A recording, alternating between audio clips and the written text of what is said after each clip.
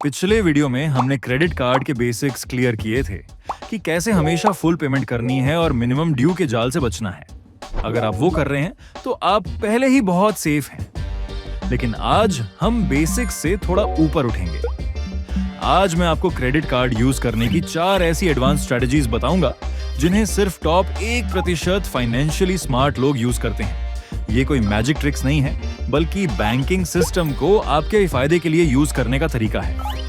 पहली strategy, bill generate होने से पहले पेमेंट करना।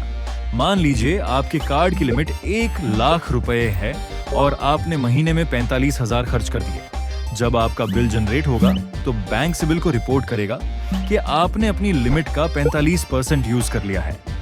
इसे क्रेडिट यूटिलाइजेशन रेशियो कहते हैं। 30% से ज्यादा यूसेज दिखने पर आपका क्रेडिट स्कोर धीरे धीरे गिरने लगता है।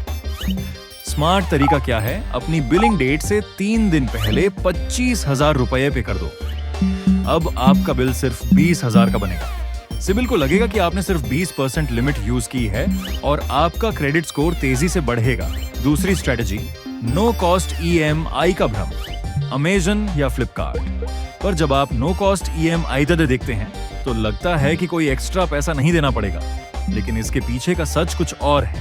पहली बात, बैंक आपसे 199 से 999 रुपए तक की प्रोसेसिंग फी चार्ज करता है। दूसरी और सबसे जरूरी बात, RBI के रूल्स के मुताबिक बैंक जो भी इंटरेस्ट चार्ज करता है उस इंटरेस्ट अमाउंट पर सरकार 18% GST लगाती है और ये GST आपको अपनी जेब से देना पड़ता है।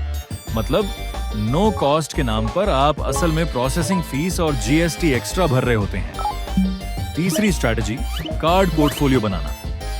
सारे खर्चे एक ही कार्ड से करना स्मार्टनेस नहीं है। आपको अपने खर्चों के हिसाब से कार्ड्स डिवाइड करने चाहिए। आपके पास कम से कम 2 कार्ड होने चाहिए।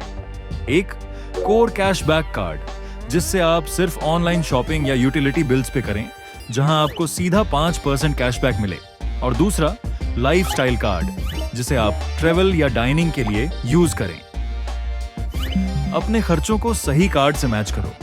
चौथी और आखिरी स्ट्रेटजी, रिवॉर्ड पॉइंट्स को होल्ड मत करो। ज्यादातर लोग सालों तक अपने क्रेडिट कार्ड के पॉइंट्स जमा करते रहते हैं कि एक दिन कुछ बड़ा खरीदेंगे। ये बहुत बड़ी गलती है।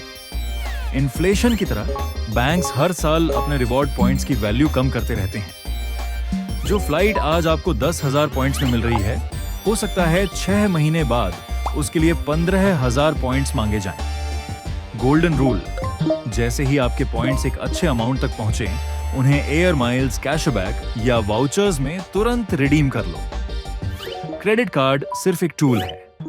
अगर आप इसके रूल्स समझ गए तो ये आपके लिए फ्री पैसे और रिवॉर्ड्स जनरेट करेगा।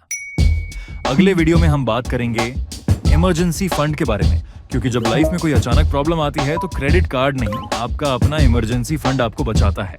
अगर इस वीडियो से कुछ नया सीखा तो मनी माइंडसेट प्रो को सब्सक्राइब करो और अपने पैसे का कंट्रोल अपने हाथ में लो।